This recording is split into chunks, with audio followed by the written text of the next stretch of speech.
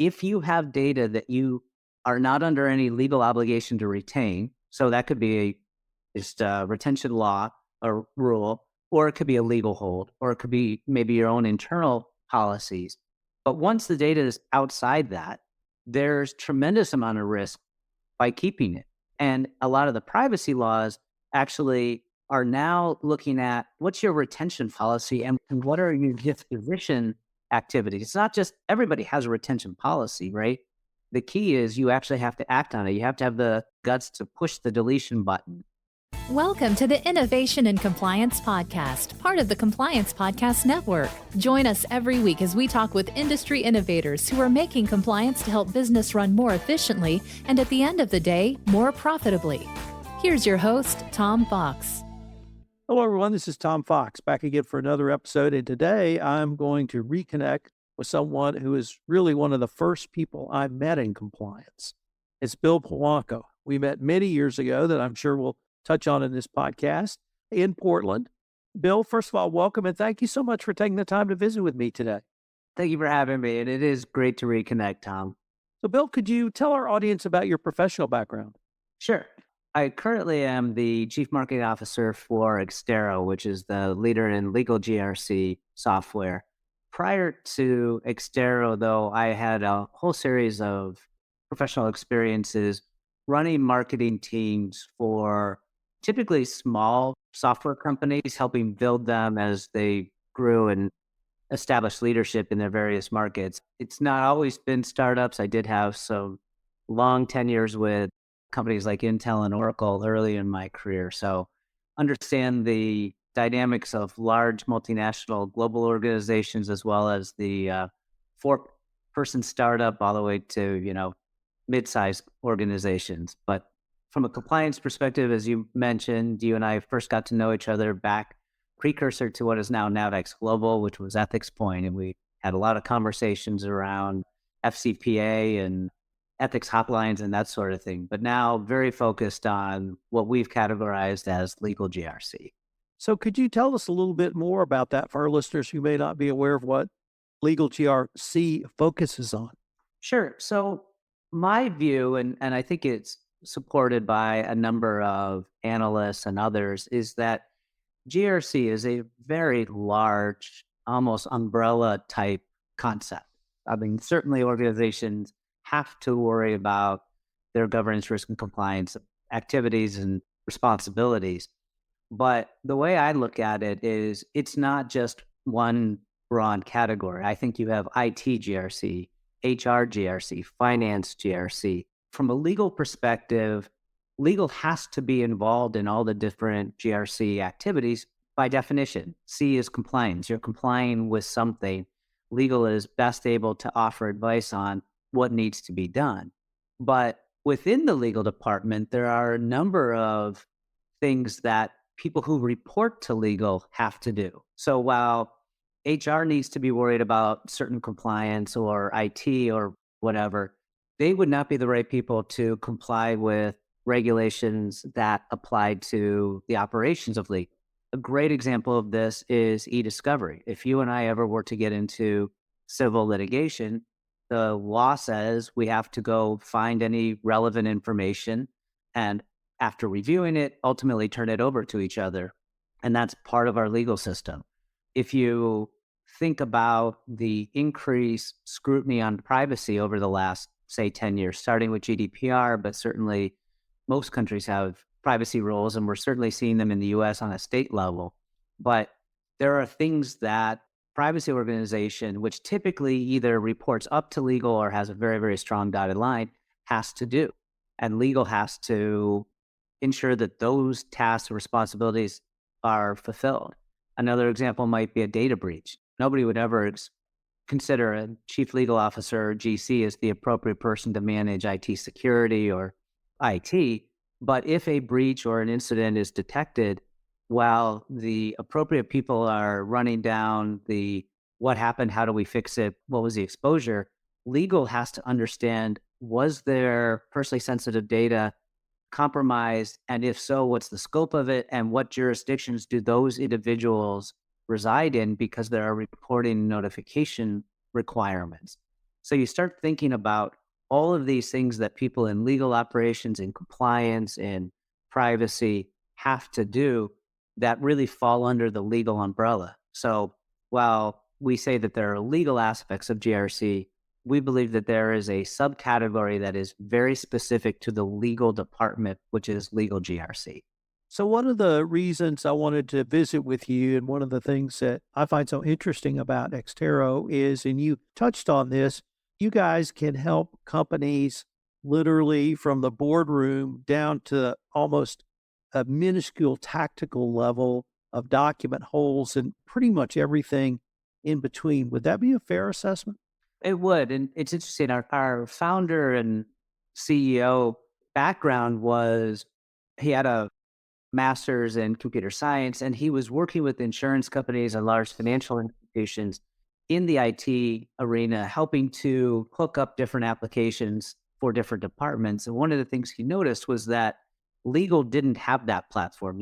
In sales and marketing, we now have Salesforce or their competitors. In application development, you had IBM and others that had those things. You have financial products, you have HR platforms, but legal didn't have anything. And so his vision was always to be able to deliver that type of software application. But he bootstrapped the company. And so he had to focus very minutely on solving one big problem. And for us, it was e-discovery.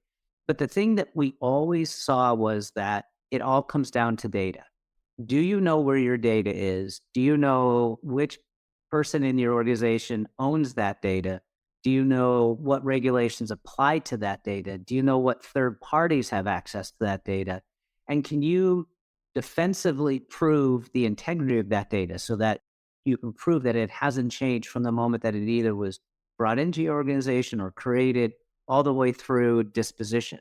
And so we look at all the different activities, starting with understanding where your data is and then being able to connect to that data because you can then respond to requests for that data.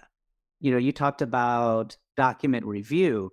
You think about it from an e-discovery perspective. Obviously, if we're in litigation and we have a dispute and the law says I have to send you all of the relevant information, I'm going to want to review that information prior to sending it to you, right? I want to make sure that there's nothing that's under attorney-client privilege. I want to ensure there's nothing under confidentiality, and I don't want to oversend you stuff.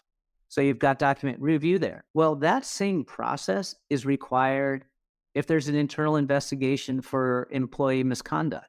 It's the same thing if you're complying with the data subject access request requirement. So if a employee or a consumer has the right under the various different legislation to say, what data do you have on me? Well, I need to go find that data. I need to collect it. I need to be able to review it to make sure that if Tom Fox is actually asking for the data, that it really is Tom's information.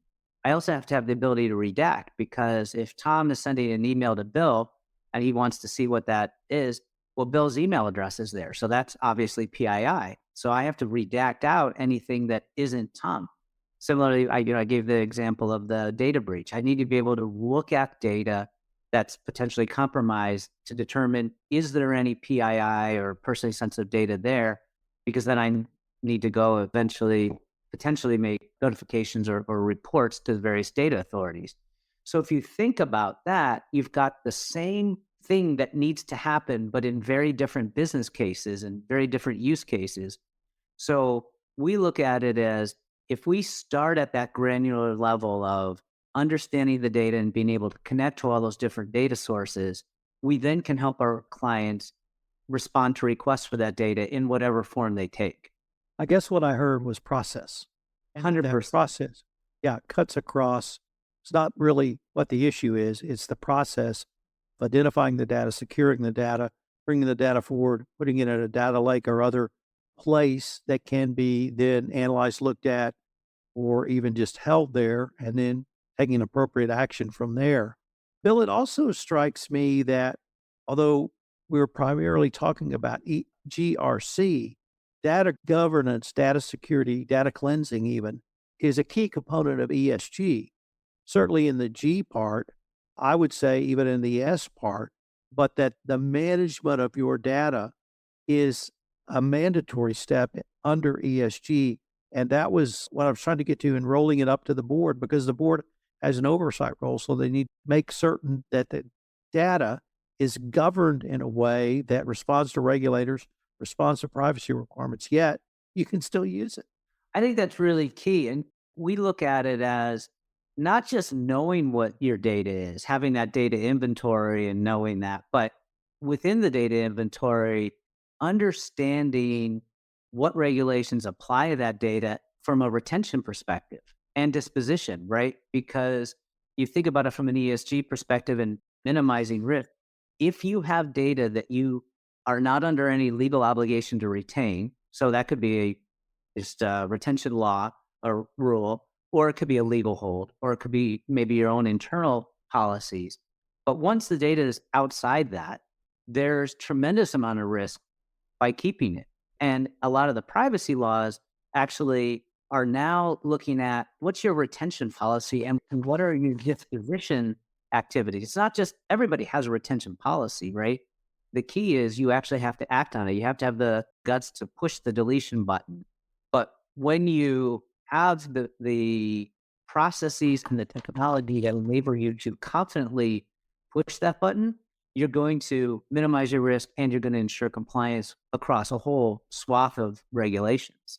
Bill, when you and your colleagues are visiting with folks in the corporate world or perhaps even in the legal world, are you talking to IT folks or are you talking to the lawyers or compliance professionals or others that have to use the data? Or is it a variety of that sort of targeted customer or client approach? It absolutely is a variety of different people. So Exterro today has broad capabilities in a couple of big buckets from a e-discovery, privacy, forensic investigation, incident response, and then cybersecurity compliance. So you can imagine if you're talking about incident response, you're going to be speaking much more to a more technical IT or security or part of the organization. But legal cares about it because they have to comply with breach laws, right? If you're talking about e-discovery, you're talking to legal ops, the GC, but you're never going to, as a technology vendor, just talk to the users. You always have to think about how are you treating the data? Are you complying with all the different security rules, both internal and external? So we talk with compliance, with privacy, with IT, sometimes even HR from an internal investigations perspective. So it's a wide swath, but we think ultimately the person responsible for overseeing this is going to be the GC or CLO. One of the things that the regulators in my world of the FCPA have clearly communicated, and here I'm talking about the Department of Justice, is they want documents secured and they want documents turned over quickly if they're what they call hot docs or relevant documents to their investigations. Have you been able to help clients fulfill their regulatory obligations, not really around data privacy, but doing the things the DOJ has said, which is securing the documents and then identifying those that might be relevant to turn over to the regulators to try to garner greater cooperation credit? Certainly, we're not a security company from an archive or something like that, but to the extent that data is required by one of the different governmental agencies, that's exactly what our e-discovery product does. We're going to go find the relevant information. We're going to store it in our electronically stored information database, our ESI vault is what we call it. And we're going to give the organization the ability to very quickly confirm that that data is what is being asked of them, and then be able to produce it over to the requesting party. So let me turn now to data privacy bucket, or one of the key areas that Exterro helps clients with. And here I want to zero in on the issue of consent, because obtaining consent to store data, certainly release data, perhaps even look at data, is a prevalent feature of GDPR laws in the EU and the United Kingdom, perhaps not so much here, but every multinational company faces that. I was wondering how you help compliance with the issue of consent. Yeah, and I'll just gently disagree a little bit. It's not just GDPR. What we've seen in California with CCPA and now CPRA, the California State AG recently leveled a pretty major fine against a major retailer for violating CCPA, and it all had to do with consent. And I think one of the big issues that people haven't thought about, and quite candidly, I think you're right to focus on GDPR because here in the States, we don't really care about privacy the way that the rest of the world does. We say we do, but we don't. And I think that what's happened is a lot of organizations, even the most well intentioned in the US, have taken more of a checkbox type approach. Okay, we have a consent product, we're good. Okay, we say that we have the ability to fulfill a data subject access request. Now, whether they do or not at a real enterprise level is something else. But I think a lot of the consent solutions out there today really are focused on cookies. It's browser on your PC or your laptop. But over 60% of internet usage is on mobile phones, and mobile phones don't have cookies. We're in what a lot of organizations are calling the post cookie environment. And what the laws really say is you have to be able to get consent across everything, even if that's in store, it's mobile, it's collecting data at a trade show, it's any data that you're collecting, you have to be able to have the consent and you have to be able to enable the consumer to revoke it at any point. And you have to be able to demonstrate that. And I think that that's one of the things when companies look at our consent product, they get a good level of comfort knowing that we are looking at the process of obtaining consent across any different medium, but also being very clear and giving very easy access to revoke or tailor the type of consent that the consumer is granting the organization. The types of customers and clients that you have, we've talked a lot about law firms, and law firms, for better or worse, are run by lawyers. And I was doing a pod this morning with another lawyer, and we were laughing about how lawyers are perhaps the most conservative professional service there is, and we're not the slowest to adapt, we're the last to adapt. Do you find that to be true, or have lawyers finally understood their obligations around GRC as a law firm and are taking the steps that many corporations have really led on? Well, it's interesting because from an Exterro perspective, we've always focused on the in-house legal department because when we were just an e-discovery company, we looked at the efficiencies and productivity and control that you would get if you brought the e-discovery process in-house as opposed to outsourcing it to third-party service providers or your outside counsel. What we are seeing, though, from a law firm perspective is a lot of the law firms are recognizing the need for the combination of people, process, technology to address what is now, especially on the privacy side, issues that are being enforced. So we're seeing a lot of the law firms providing really excellent advice to their in-house counsel clients on things that they need to do differently. But there's a reason why our CFO was hooking up applications for every other department in the organization and saw the opportunity in legal. I think that legal has a well-deserved reputation of being a little bit late to adopt technology. But that being said, the rise of legal operations over the past 10 years has been honestly astonishing. And it gets to that process orchestration that you talked about, because I think everybody understands that the value of the process orchestration is that you can ensure that different people are doing the same thing the same way every single time. And it gives you that defensibility and it gives you that ability to manage, measure, and optimize your processes. So legal is under the same do more with less that the rest of the organization has been under for 20, 30 years. Bill, I'd like to change the focus just a little bit to the Exterro website. And of course, we're going to link to this in the show notes. But one of the things that really impressed me about you guys when I was doing a little research in preparation for this podcast is really the enormous amount of resources available free on the website. So you've got blogs, you've got ebooks, you've got webcasts, white papers, and a ton of other stuff. So I have to assume that you're at least partly responsible for this as a CMO, but I just wanted to use that as a lead in to ask, why do you make such a wide variety and plethora of resources available? And how does that fit into overall marketing strategy that you espouse? That's a great question. And thank you for noticing it because I am extremely proud of the marketing team and broader colleagues that I have at Exterro. Ultimately, Tom, you're right. I'm a marketer. My job is to make sure that people know who we are and want to buy our products and then turn it over to our sales team.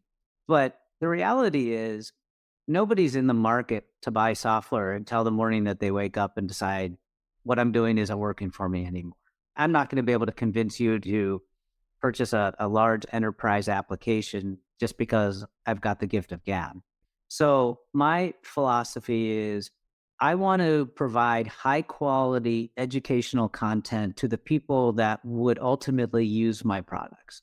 So if I can help somebody understand how to optimize a data subject access request process or how to conduct a document review more efficiently and help them do their jobs more effectively, and I do that for 5 years, and they are more productive, they're more efficient, and they like the content that we're creating, then ultimately, at some point, they're gonna say, "The way we're doing things isn't quite working anymore, and I trust Extero because they have such good content.